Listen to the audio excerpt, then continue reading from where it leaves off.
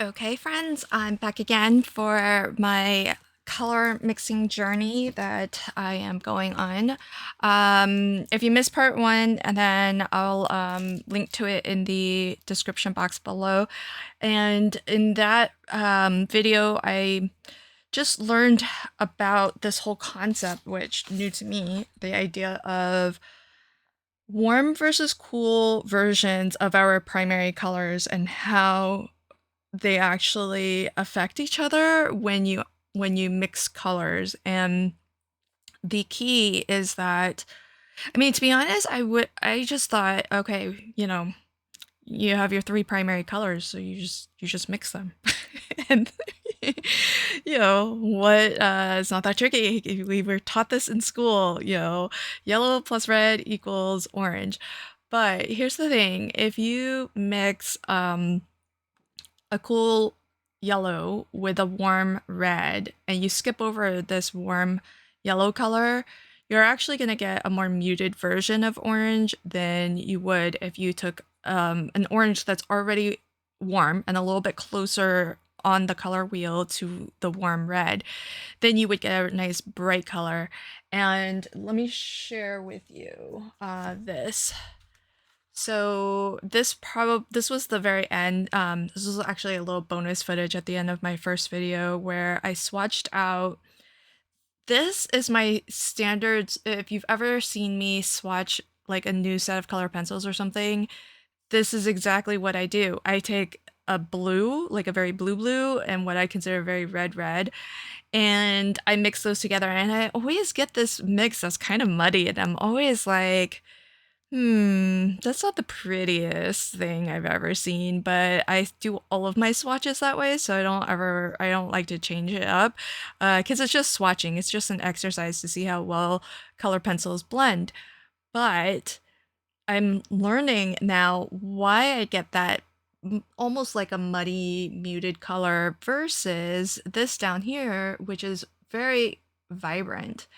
And this is from actually mixing warm blue with a cool red. Because they're closer in the color wheel, we get a color that is, when mixed, more bright and vibrant.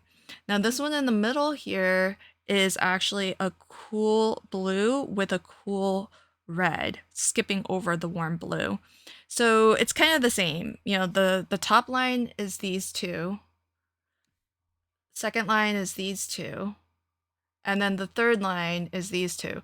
So, they're all a little bit different, but you can kind of see that this is the one that is brightest and feels like it's more like the full color, like what you would think of purple when you mix red and blue, except really we're mixing blue with more like of a magenta.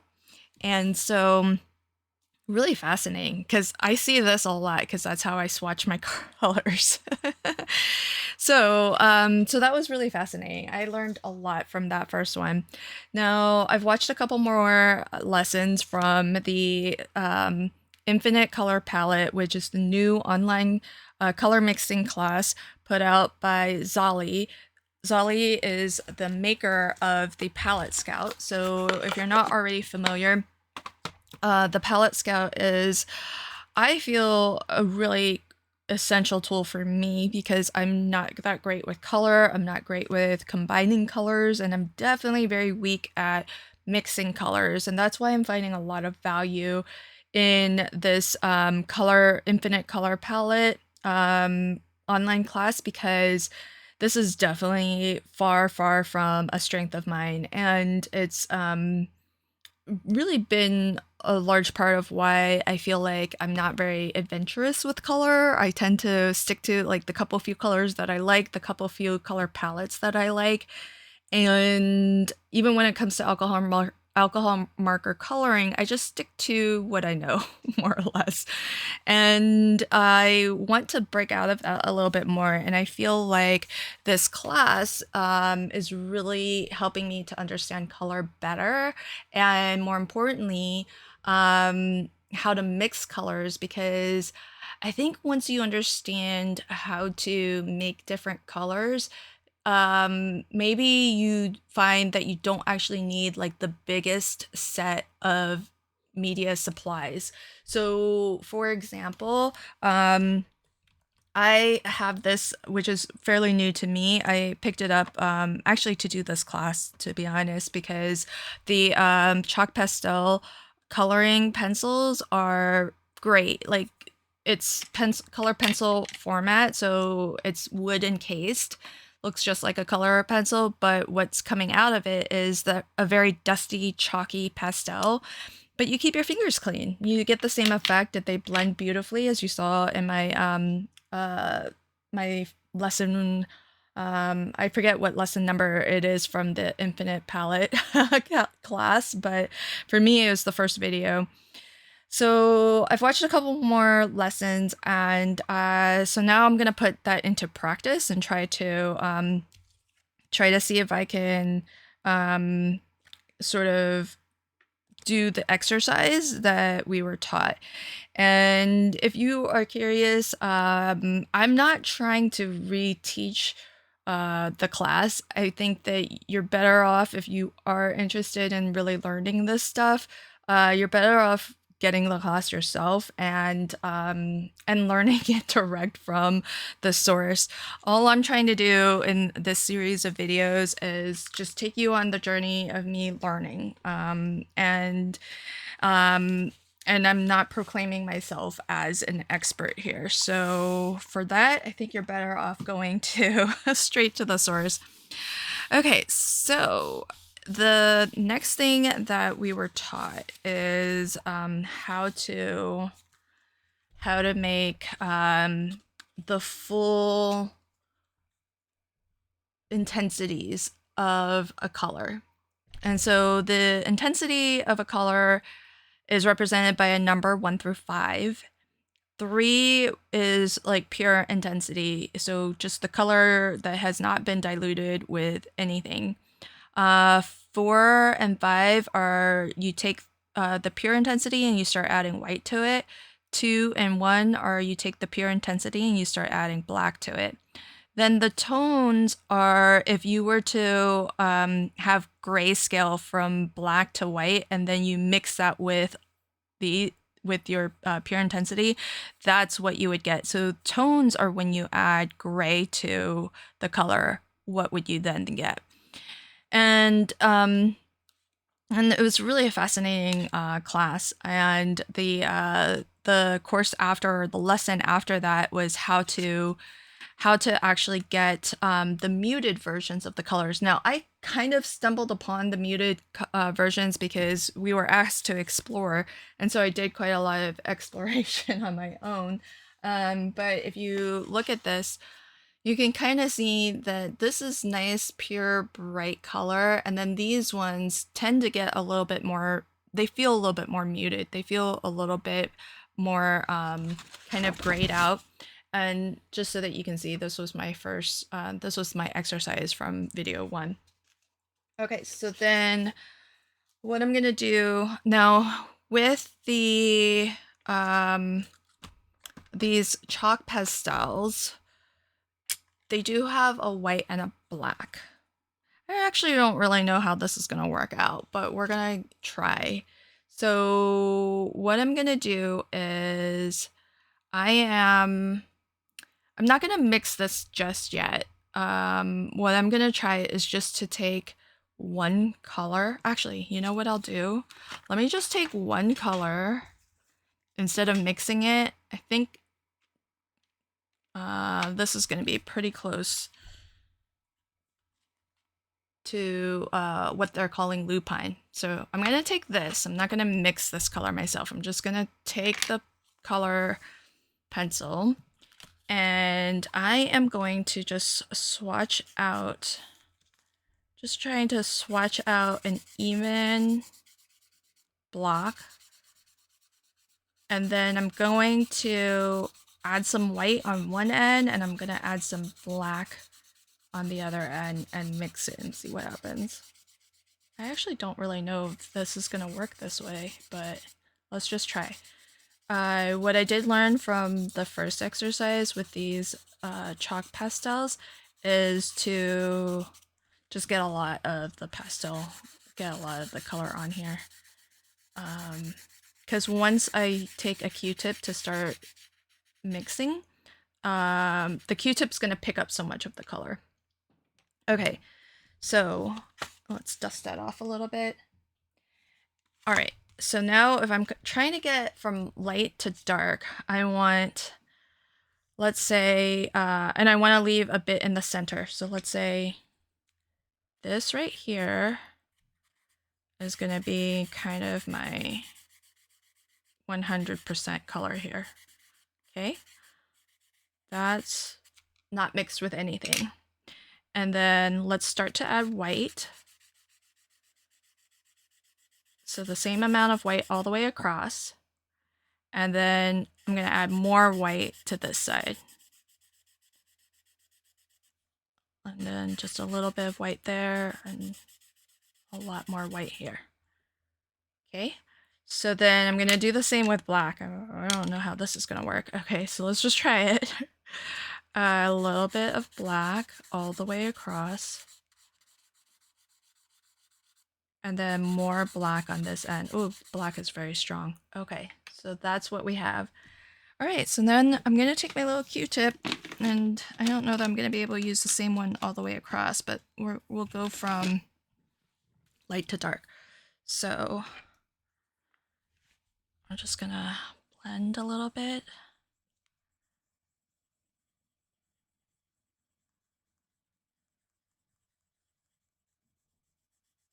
And so these are the tints. Oh, that's so pretty. And then blend this section.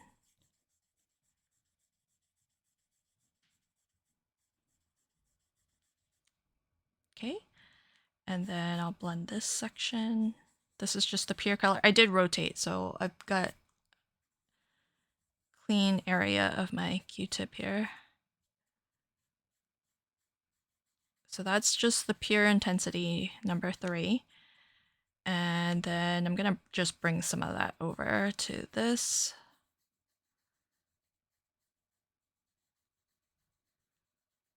And then the last section here. Okay, I feel like a lot of the pigment is coming up, so I'm just gonna add more purple and more black. And then let's see if we can get this to blend. I don't see too much. Maybe I'm being a little too conservative with the black. I don't want it to just be black at the end of the day. Okay, there's quite a lot of color there.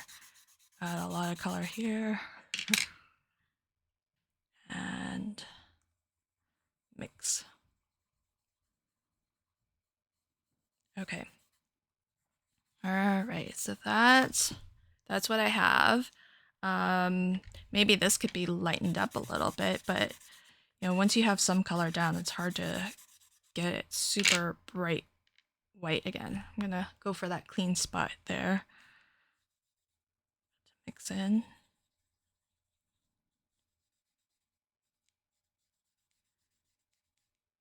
All right, so let's dust this off.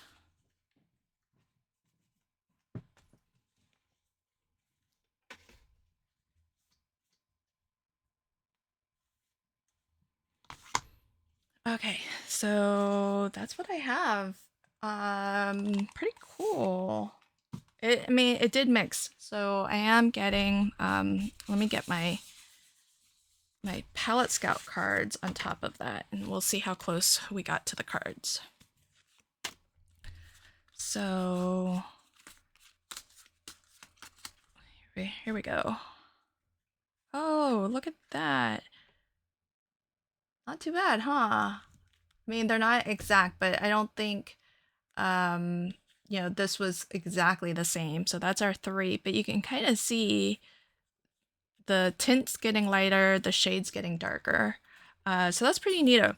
So now the next exercise was, how do we get this range of tones, like the more muted colors. And the exercise showed that even though we talk about muted tones as if you take the pure intensity and you add gray, that's what you would get. They actually taught us a different way to get to the muted colors. And it's sort of what I was saying that I stumbled upon with this exercise here, how some of these colors are more muted than the bright color. And so the key is to take the complement of that color, because generally if you mix complementary colors, you're going to get what normally would be called like a very muddy color. And so if you're looking to tone a color down, mute a color, then adding its complement can do that. So in this case, the complement to this is a warm yellow. So I've got like a very warm yellow here. And I've got my purple, which I could have mixed, but I'm just going to shortcut it since I already have the pencil in that color. Okay, so then how am I gonna try to do this? So maybe what I can do, I wonder if this works. If I just add, what if I just add a little bit of yellow all the way along the bottom? Would that work?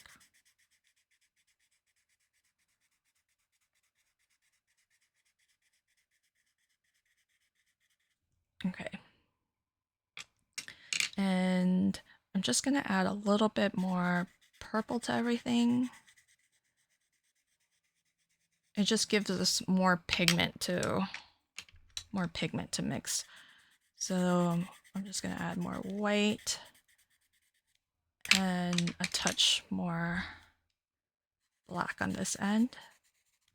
All right, let's see if we can get these more muted colors. So to find the muted colors on your palette scout, you just flip to the backside where it's got the little dot.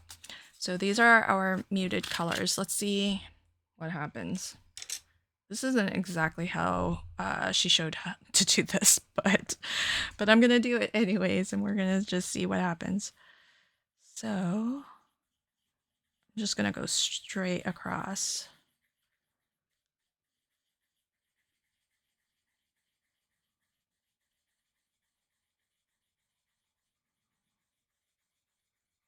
So this is just adding a little bit of the complementary color and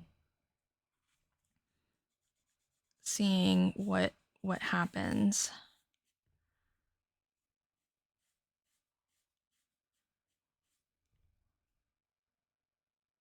So that did mute it a little bit, but I'm not sure that I necessarily got these colors. I think I put too much yellow, to be honest. It's looking very, very yellow. Okay, let's just try it one by one. Okay, so I'm gonna go for this first. So let's just try to get to this color first by starting with a little bit of our purple. That might be too much. And a little bit or a lot of the white. I don't think I can bring this back enough for white. Let's get the next color. Yeah, I think we're gonna be a little bit closer to this. Okay, so now to get this muted, I should add a little bit of yellow, and I'm gonna be very light-handed on the yellow. And I'm gonna come back in, add a little bit more of the purple on top and a little bit more of the white on top. And now I'm gonna mix because I kind of like to have, a lot of the pastel.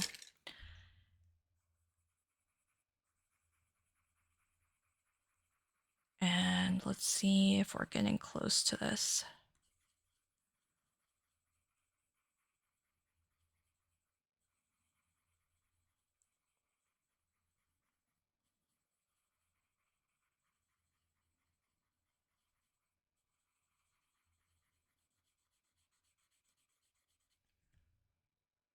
don't think I got there. Maybe more yellow? Oh, this is hard. She made it look so easy in the lesson. Okay, more color. Let's get us back to this. I think we're there. Then just a little bit.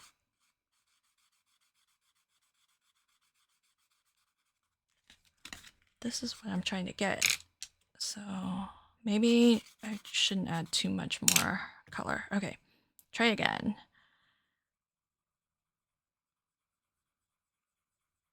Because I don't want yellow streaks throughout this. I kind of want everything nice and blended. That's why I like to add the purple kind of on top and below.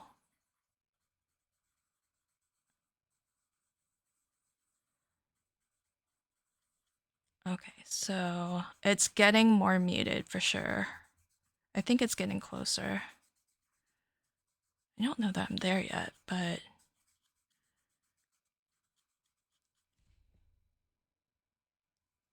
closer for sure. Okay, let me try something. Maybe the white is throwing me. I'm gonna try just the pure color. So we're just gonna take one color, purple. Nice, bright purple. Now we add its complement, yellow. I just don't know how much. Okay, and then we mix.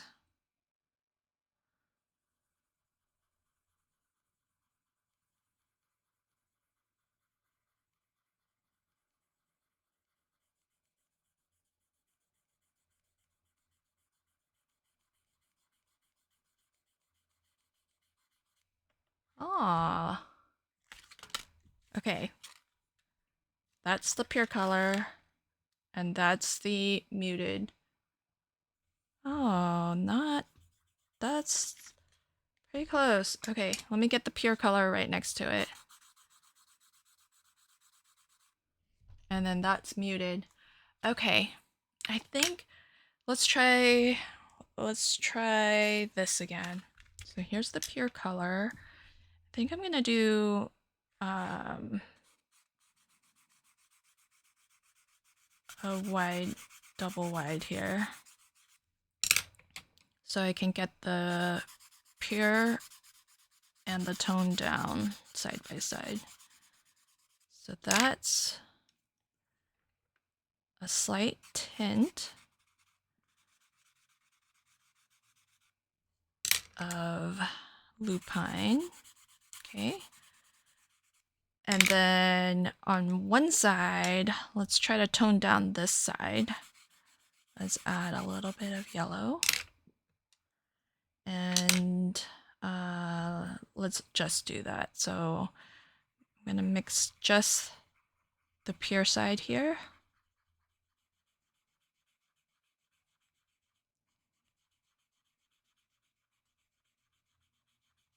Okay, so that's that. That's the pure, but it's a tint of that color. It's just a little lighter. So now let's see if we get the tone after adding a complement, the complementary yellow.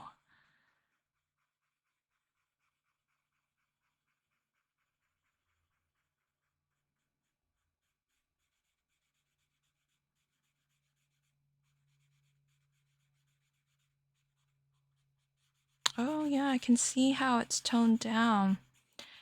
It was hard to see it on its own. I think you really need to see the more like pure intensity side for comparison. It does look like gray has just been added, but it's not gray that we actually added. Interesting. Okay, so what if we did use gray? So how do I test that? So what if I swatched out a little bit of a spectrum of gray here, gradient of gray. I'm gonna mix with white. I'm going to put a lot of white on this side, which you're not going to be able to see a lot of it because it's white paper. But I have a little bit of everything there. Okay, so then what if I just go over this with my pure color?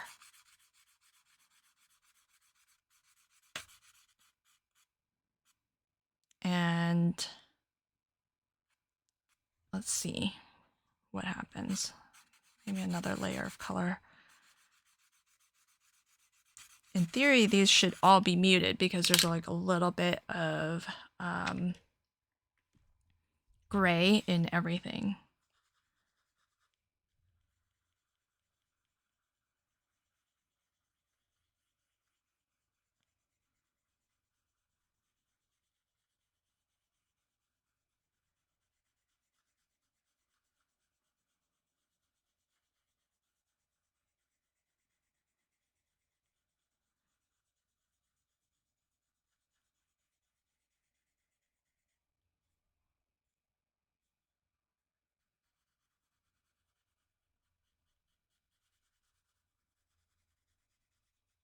Yeah.